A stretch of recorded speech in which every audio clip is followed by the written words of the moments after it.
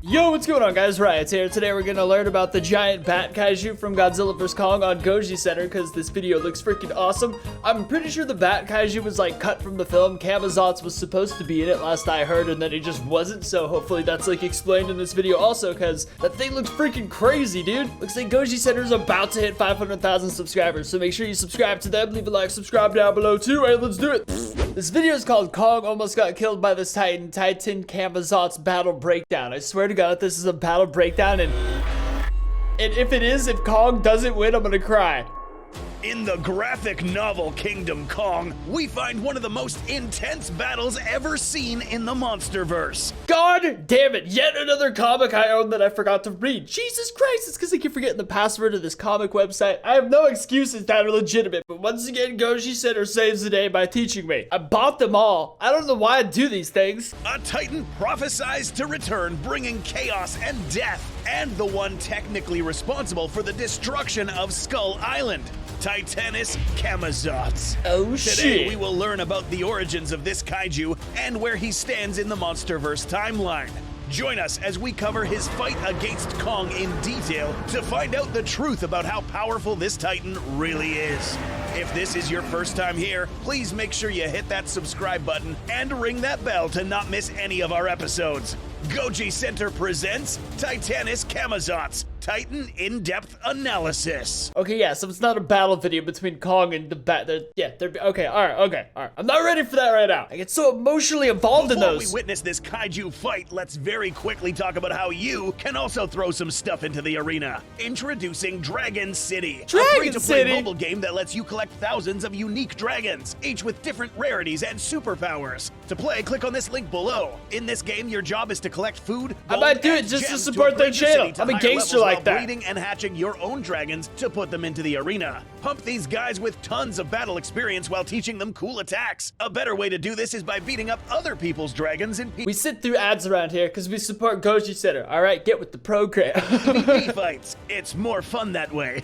You can also become a member of an alliance where members can get access to cool upgrades for your dragons, chests, and other rewards. But there's more. The Battle Pass will give you access to mini games that will fill your coffers with resources and more dragons. Some of these are dragon versions of YouTubers you already know. What the shit? That's crazy. I was gonna say that app companies actually, when they sponsor videos, they usually pay a good amount, so hopefully they did here. I mean, Gojicenter deserves it, but it's always important to support our channel sponsors if you guys want to see them flourish. Want to hear more good news? Because you Goji fans are so freaking awesome, Dragon City is giving you guys a serious starter bonus. To get it, click on the link or scan this QR code to get 15,000 food, 30,000 gold, and the Flame Knight Dragon. So make sure you go out there, kick some butt, and show these other players that we can raise the best dragons. Thanks to Dragon City for supporting this channel. And now let's get back to Camazotz. Woo! Number 1, the timeline. Oh shit. The word Camazotz originates from a Mesoamerican word that literally means death bat.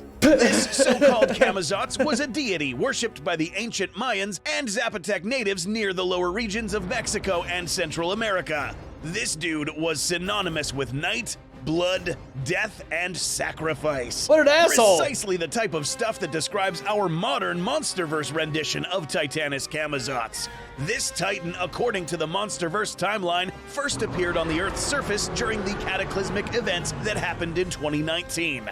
Unlike the other 17 Titans and counting, this kaiju was not held in a monarch facility. Oh god. This was one of those kaiju that appeared out of nowhere and was not accounted for. It's currently unknown where this Titan first surfaced from, but here's what we do know. In the graphic novel Kingdom Kong, it is mentioned that this kaiju resided somewhere near an entrance to the Hollow Earth. So after the events of 2019 were over, Camazotz retreated back to this layer of the Earth and somehow found its way underneath one of Skull Island's caverns. But not just any cavern. The cave that Camazotz landed on was the one that held a vile vortex, similar to the one that appeared in GVK in Antarctica. Yes, Skull Island had one of these too, but this one was classified.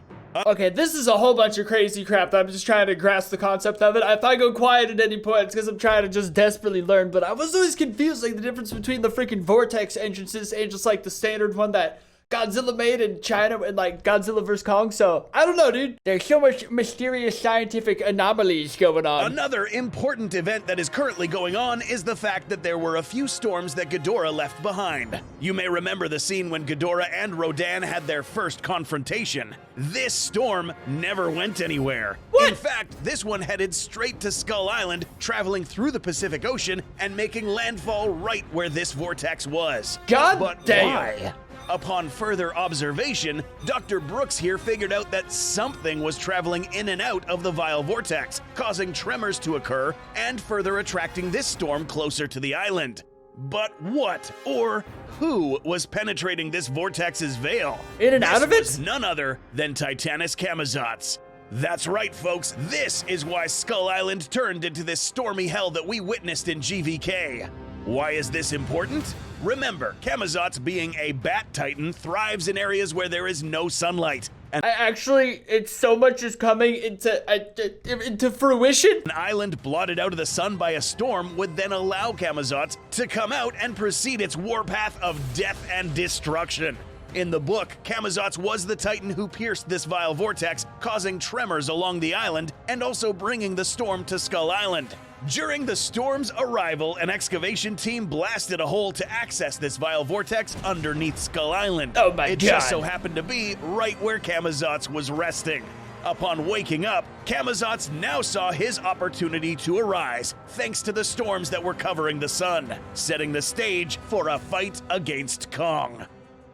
Number 2. It's all humans digging. It's always humans digging. If we just stop digging for shit, we'd stop waking up monsters. It's like the exact same plot of Reign of Fire as well. With the dragons, The fight. Before we begin analyzing this fight, let's first quickly run through this Titan's corporal stats. This kaiju measures a massive 164 feet while standing and has a wingspan of around 402 feet. Holy there shit. are no specifications on how heavy this kaiju is, but because it can go airborne, we can guess that this kaiju was much lighter than its opponent. Its armor is made of lightweight, ultra-resistant material, flexible enough to also be used as a weapon. Let's not forget to mention these little guys. These don't have an official name, but are basically miniature versions or minions that follow this Titan's commands, always accompanying him wherever he goes and while doing his bidding. Titanus Camazotz first flies out of the cavern with its army. Oh my Immediately, God. Kong replies with his chest-pounding intimidation display. Kong, being a tool user, quickly looks around for a way to bring down this airborne kaiju.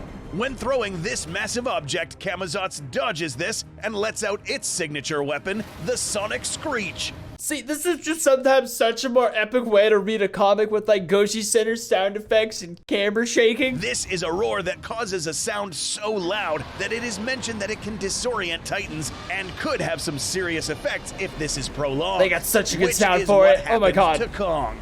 Upon feeling disoriented, Camazotz quickly grabs Kong by the shoulders using its sharp talons, carrying him in the air only to drop him from a high altitude onto the ground. Damn, the fighter bitch. squadron realized that Kong was having trouble facing Camazotz, and quite frankly, he was. Facing an airborne kaiju with melee capabilities was going to be out of Kong's comfort zone.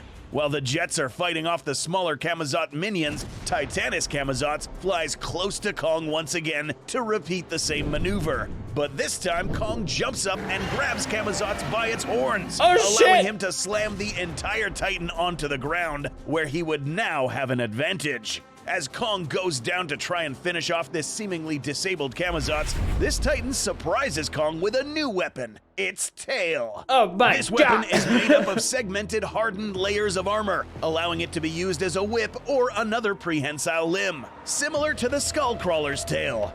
This tail is strong enough to grip onto Kong's arm and even lift up the entire Titan. That's Once bananas. airborne, Camazotz repeats what he did before, dropping Kong repeatedly to the ground while soaking in a lot of damage. At this point, it was evident that Kong was now being overpowered again. Oh, God. But because the fighter squadron was around, they were able to hit this Titan's exposed back right before he overwhelmed Kong. Infuriated, Camazotz quickly turns around and orders his minions to take care of the fighter jets.